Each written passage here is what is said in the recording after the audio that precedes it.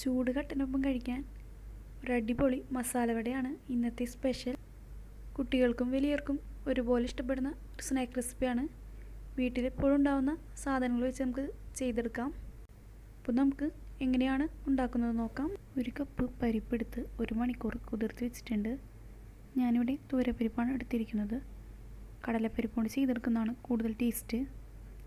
കടലപ്പരിപ്പാണെങ്കിൽ ഒരു 3 മണിക്കൂറെങ്കിലും കുതിർത്ത് വെക്കണം. കടലപ്പരിപ്പ് കയ്യിലുള്ളവർ അതുകൊണ്ട് തന്നെ ചെയ്തെടുക്കുക.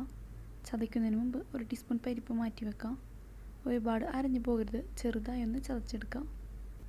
പരിപ്പ് ഇപ്പോൾ ചതച്ചെടുത്ത് വെച്ചിട്ടുണ്ട്. ഇതിലേക്ക് ബാക്കിയെല്ലാം ചേർത്ത് നമുക്ക് നന്നായി ആദ്യം മിക്സ് ചെയ്ത് കൊടുക്കണം. ഇതിനു വേണ്ടി ഒരു മീഡിയം സവോള കട്ട് ചെയ്ത് വെച്ചിട്ടുണ്ട്. ഒരു അരക്കൈപ്പിടി മല്ലിയില ചെറുതായി കട്ട് ചെയ്ത് വെച്ചിട്ടുണ്ട്. കുറച്ച് കറിവേപ്പില കട്ട് ചെയ്തിട്ടുണ്ട്. ചെറിയ പീസ് ഇഞ്ചി, 2 വലിയ വെളുത്തുള്ളി കട്ട് ചെയ്ത് വെച്ചിട്ടുണ്ട്. ഒരു പച്ചമുളക്. പരിപ്പിലേക്ക് ഇഞ്ചി, വെളുത്തുള്ളി, പച്ചമുളക്, കറിവേപ്പില, സവോള, മല്ലിയില ചേർത്ത് കൊടുക്കാം. 1 ടീസ്പൂൺ നാരങ്ങ നീര് ചേർക്കാം. ചെറിയൊരു പുളിക്ക് വേണ്ടിയാണ് ഇങ്ങനെ ചെയ്യുന്നത്. ഇതിലേക്ക് 1 ടീസ്പൂൺ മുളക് പൊടി, കാശ്മീരി മുളക് പൊടിയാണ് ചേർത്തേക്കുന്നത്. നല്ല എരിവുള്ള മുളക് പൊടിയാണെങ്കിൽ ഒരു 1/2 ടീസ്പൂൺ ചേർത്ത് കൊടുത്താൽ മതി.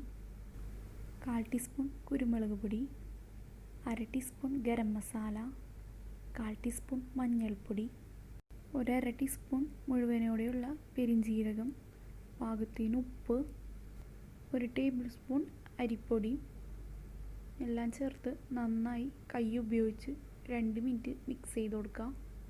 മിക്സ് ചെയ്തതിന് ശേഷം നമുക്ക് ഇഷ്ടമുള്ള ഷേപ്പിൽ ചെയ്തെടുക്കാം. ഓരോ ഉരുളകളായി എടുത്ത് റൗണ്ടായിട്ടോ ഓവൽ ഷേപ്പിലോ ചെയ്തെടുക്കാം. ഒരു പാൻ വെച്ച് മുങ്ങിപ്പൊരിയാൻ ആവശ്യമായ ഓയിൽ ചേർത്ത് നന്നായി ചൂടാക്കിയെടുക്കാം. അതിനുശേഷം ഓരോ വടയും വെച്ച് കൊടുക്കാം. ഇപ്പോൾ നമ്മൾ എല്ലാ വടയും വെച്ച് കൊടുത്തിട്ടുണ്ട്. ഹൈ ഫ്ലെയിമിൽ വെച്ച് ഫ്രൈ ചെയ്യരുത്, പെട്ടെന്ന് തന്നെ കരിഞ്ഞു പോകും. മീഡിയം ഫ്ലെയിമിനേക്കാൾ കുറച്ചുകൂടി കുറവിൽ വെച്ച് ഫ്രൈ ചെയ്തെടുക്കുക. എന്നാലേ കറക്റ്റ് ഉള്ളെല്ലാം കുക്കായി കിട്ടുകയുള്ളൂ. ഒരു സൈഡ് ഫ്രൈ ആയതിനു ശേഷം നമുക്കിതെല്ലാം ഒന്ന് തിരിച്ചിട്ട് കൊടുക്കാം. 2 സൈഡും ഫ്രൈ ആയതിനു ശേഷം നമുക്കിതൊരു പ്ലേറ്റിലേക്ക് മാറ്റാം. ഒരുപാട് ബ്രൗൺ കളർ ആവാൻ നിൽക്കേണ്ട. അപ്പോൾ നമ്മുടെ ചൂട് പരിപ്പ് വട റെഡിയായി വന്നിട്ടുണ്ട്. എല്ലാവരും ട്രൈ ചെയ്ത് നോക്കിയിട്ട് അഭിപ്രായങ്ങളെല്ലാം പറയാം. തീർച്ചയായും ഇഷ്ടപ്പെടും. വീഡിയോ ഇഷ്ടമായത് ലൈക്ക് ചെയ്യാൻ മറക്കരുത്. സബ്സ്ക്രൈബ് ചെയ്യാതെ ആരെങ്കിലും വീഡിയോ കാണുന്നുണ്ടെങ്കിൽ ഒന്ന് സബ്സ്ക്രൈബ് ചെയ്യണേ.